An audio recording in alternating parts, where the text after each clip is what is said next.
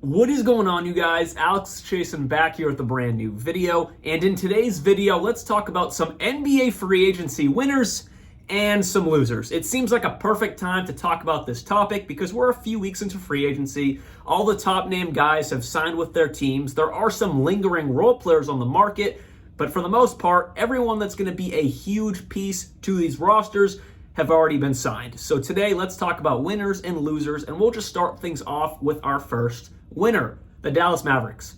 They were 3 wins away from winning the NBA Finals. Not many thought they were going to make it to the Finals. I had them losing in the Western Conference Finals, but no, they make it to the Finals.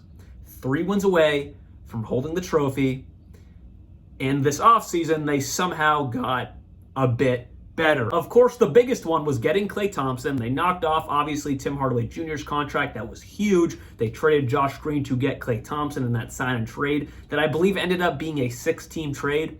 That's just insane, but that's besides the point. They bring in Klay Thompson.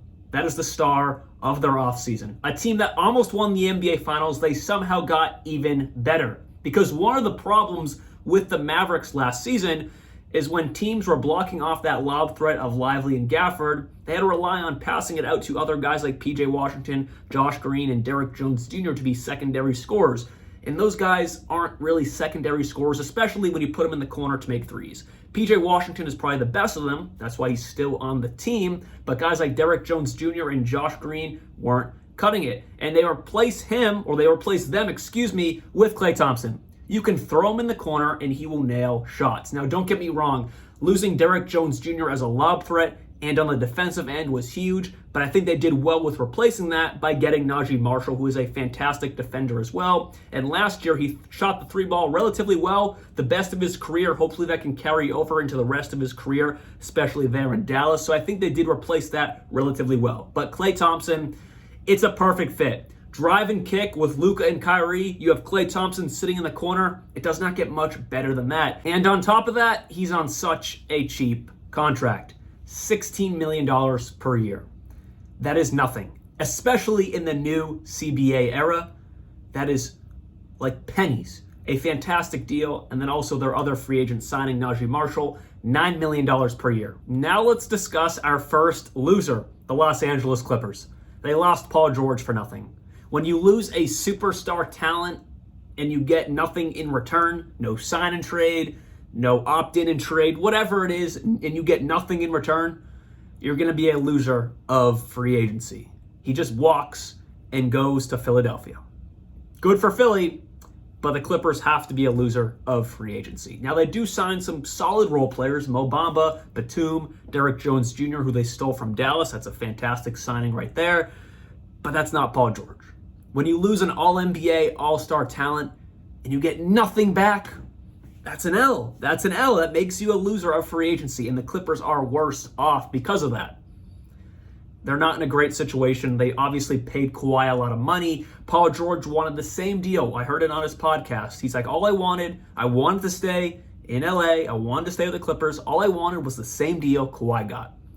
The Clippers didn't want to do that. They went back and forth. They gave him 3 years, $150 million. He wanted that 4th year. The Clippers didn't want to do it. He was like, all right, bye, sayonara. I'm going to somewhere else. He ended up going to Philadelphia. But the Clippers are losers of free agency. And on top of that, they re-signed James Harden for 2 years, around $33 million per year. That's a pretty darn good deal. Not overly expensive. I don't think it's an overpay. So that is solid for them that they didn't have to pay James Harden $40+ million. It's only like $33 million per year. So that is a win. But you lost Paul George for nothing, so you are a loser of free agency. Jumping back over to winners, and how can we discuss this without bringing up the OKC Thunder? Now, I know Caruso technically was a trade, but that was a win. They get a perfect 3-and-D guy to pair with SGA and really this entire team. That was a flawless move, another flawless move by Sam Presti. So we'll push that to the side because I know it was a trade. But free agency, strictly free agency, Isaiah Hartenstein was an absolute W. A huge piece of the Knicks core last year, and he really showed how special he is in the ups and downs of Mitchell Robinson's injuries. Isaiah Hartenstein stepped up and earned this 3-year, basically $90 million contract. Last year with the Knicks, he averaged around 8 and 8 with 3 assists. He shoots around 65% from the field. The only little issue is he does not space the floor, But that's what you have Chet for. That's what you have all your other guards and your forwards for. Isaiah Hartenstein can be that anchor down low, and you don't have to rely on Chet to be the center while he's still really skinny, really small. You can put Chet to the 4, J-Dub to the 3. Your 2 can be Caruso or Lou Dort, and obviously Shea at the 1. This is a good body to pair up with Chet Holmgren while he's still developing. He's only going to be, 20, 21? While he's still really young and trying to fill out his body and is not a true center size, height-wise, but not build-wise, Isaiah Hartenstein is perfect. And it might have been a little bit of a money throw for Isaiah Hartenstein, but they grabbed a perfect piece to put into this starting lineup. A flawless piece. He works so well, and he's a great facilitator for a big man. Around 3 assists a night. You're not going to see that very often. So he does each part of the game really well. Along with the signing of Hartenstein, Isaiah Joe and Aaron Wiggins both opted out of their player options, and they re-signed on super team-friendly deals. You have Isaiah Joe making around 11 to 12 million over the next 4 seasons, and then you have Aaron Wiggins making 10 million his first year, and down to his 5th year, it's around 8 million. And that is awesome to get some team-friendly deals like those 2 guys did, because eventually this team is going to get super expensive. You're going to have to pay Shea again. You're going to have to pay Chet, J-Dub, all these key guys on your core. So it's great to get super team-friendly deals, almost minuscule contracts out of 2 really good role players for this team. Another loser has to be the Heat, because they really did absolutely nothing. They bring in Alec Burks. That's a good piece. They re-signed Love, Haywood Highsmith, Thomas Bryant, obviously extending Bam Adebayo on a massive deal. But other than that, they just didn't do anything. Again, the only guy they brought in was Alec Burks. And on paper, you look at this roster, and all their roles are filled. You know, they have Tyler Hero, they have Rozier, they have Jimmy, they have Bam. They re-signed the guys they re-signed in the offseason. It's just like, yes, on paper, all their roles, positionally, they're filled with good, solid, 2-star talent. But they still were a play-in team last year, and I just kind of wish they did something about it by maybe looking to bring in a bigger name free agent. I know they are kind of cap stuck with some massive contracts on the board with Jimmy, Bam, Tyler Hero.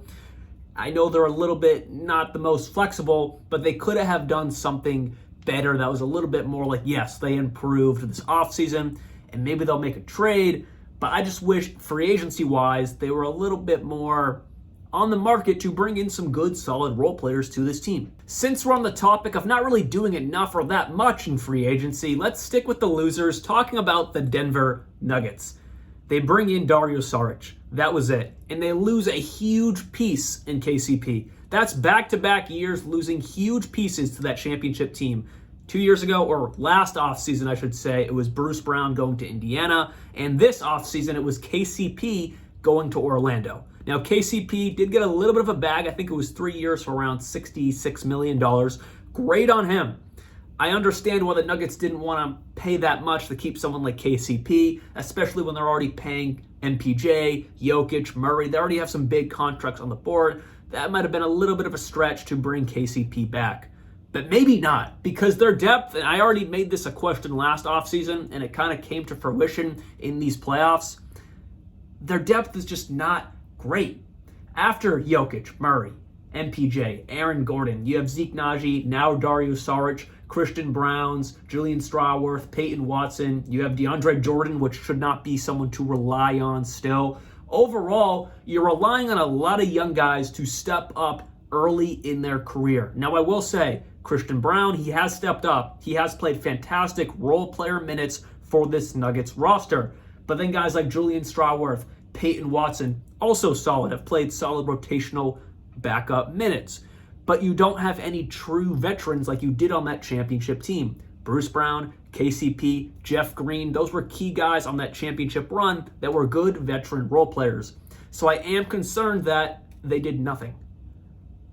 They really did nothing. They bring in Dario Saric. That's nice, but I wish they did more to bring in some veteran role players if they really want to compete again for a championship. Now back over to another winner. It's very simple. The New York Knicks. And I'm not talking about Mikal Bridges. I know that was via a trade. I'm talking about the ability to retain OG Anunoby. That was huge. Because if they didn't retain him, OG Anunoby's here, Mikal Bridges is like here. They're very close, great 3-and-D guys. Mikal has more of an ability to be a star player, can create more opportunities in one-on-one situations where OG is more of a sit-in-the-corner type of guy or drive to the rack. Not as versatile offensively as Mikal is. Both great defenders. But it was the ability to keep both of them, the ability to keep OG. They were going to have Mikal either way. But the ability to keep OG and Anunoby, this team is literally scary. They will compete with the Boston Celtics. They will compete with any team out west if they're healthy. It's fantastic. Sticking with the winners, let's talk about the San Antonio Spurs, because I do not know what Popovich and the Spurs are cooking up, but I kind of like it. In no way, shape, or form are they going to be an overly competitive team, but the fact that they bring in Chris Paul to be a mentor to Wembanyama, a mentor to all the young guards on the Spurs, or just all the young players in general in San Antonio, that is huge. It's a nice situation for Chris Paul. I guess he doesn't care about that ring anymore. It never worked in Phoenix, and it was kind of just an awkward situation with Golden State. So I guess he's not really on that ring chase anymore, or maybe he will be again one day. Who knows? But as of right now, I think it's a fair deal. You can be a player coach alongside Popovich. And for the Spurs, it's just a steal.